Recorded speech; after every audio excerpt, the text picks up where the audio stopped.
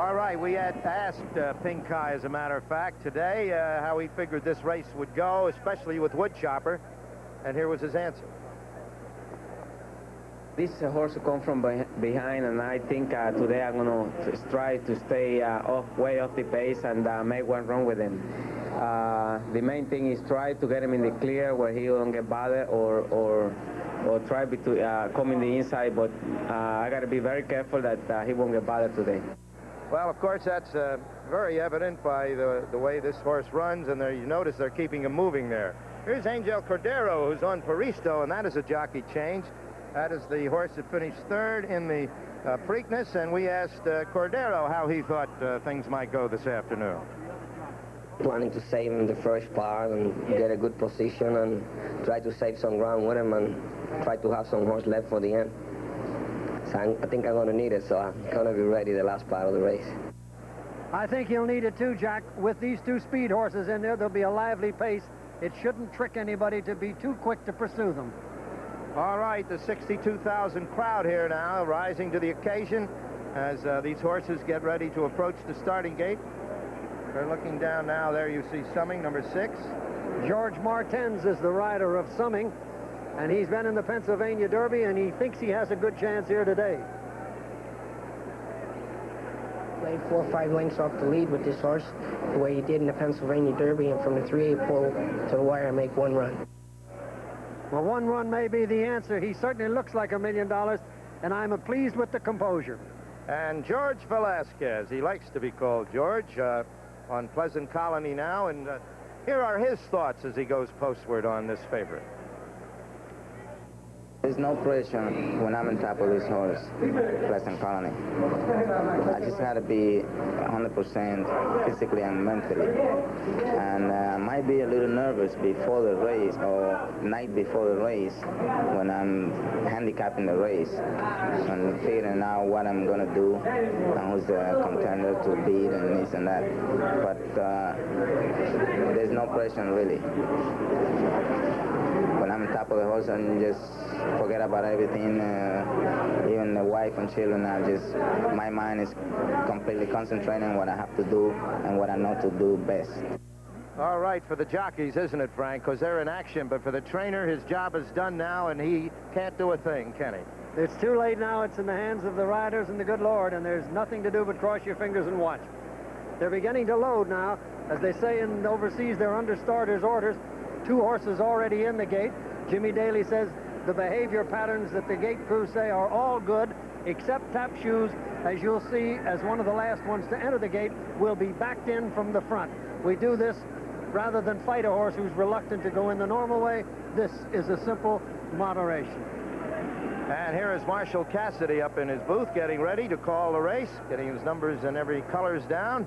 And we'll be hearing from Marshall in just a few moments as the last minutes tick away here before they load the gate for the 113th Belmont Stakes. We have another back in, a compromise again with this Cambria Bay has come around, and he will be backed in. Very easy. You see, it's better than a fight, Jack. Oh, yes. As long as he comes out the right way. Let's take a look at Marshall Cassidy now. Final horse going in, the winner of the Kentucky Derby, the Preakness Stakes. That's Pleasant Colony in the white cap, the last horse to be loaded into this starting gate. A field of 11 3-year-olds, 1.5 miles the distance, the main track fast. You can see Pleasant Colony is not too interested in this starting gate. However, a little bit of crowding from behind. The assistant starters working diligently with this 3-year-old. Jorge Velasquez giving orders also on the saddle. They're just about ready to go into this starting gate in front of the stands at the finish line. They'll race 1.5 miles.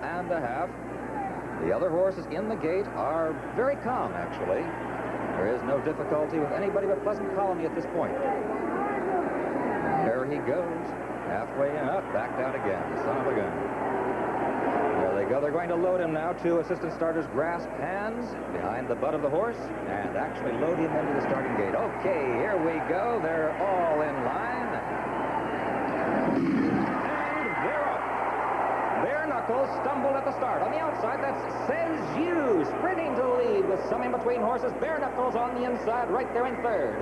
It's Stage Door Key in fourth, then Bold Eagle on the outside fifth, Escambia Bay is sixth. Baristo in seventh, Tap Shoes is eighth. On the outside is Pleasant Colony, then Highland Blade and Wood Chopper. They're into the clubhouse turn.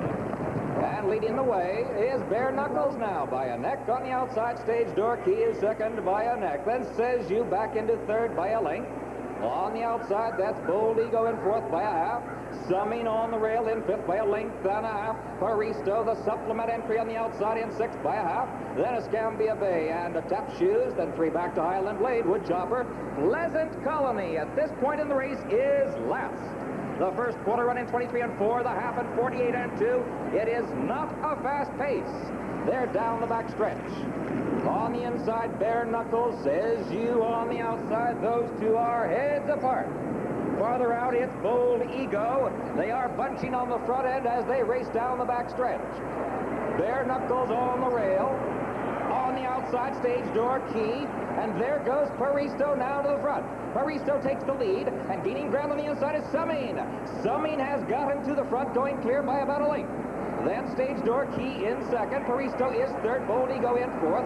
Bare Knuckles is fifth. Bold Ego on the outside. Then Tap Shoes. Pleasant Colony has gained. Pleasant Colony now in the middle of the pack. They're approaching the far turn. Three quarters, 1:14 and 1 around the far turn. It is Summing leading the way by a length and a half. Then Paristo is second by a head. Very close is Escambia Bay now in third. Then Pleasant Colony has moved into fourth. They're around the far turn. Pleasant Colony gaining ground on the outside. Approaching the top of the stretch. Summing has the lead by about 3. Then Pleasant Colony, Highland Blade on the far outside. Highland Blade now takes second by a half. But Pleasant Colony is right there in third. It's 4 back to Escambia Bay. Then Tap Shoes is fifth, past the 8th pole. Summing has the lead by 2. Highland Blade is second. There is going to be an upset. Pleasant Colony is third. Summing on the inside. Highland Blade on the outside. Summing in front. And at the wire is Summing the winner in an upset by a neck. Highland Blade was second. Pleasant Colony was third. The time on the board, 2 minutes, 29 seconds.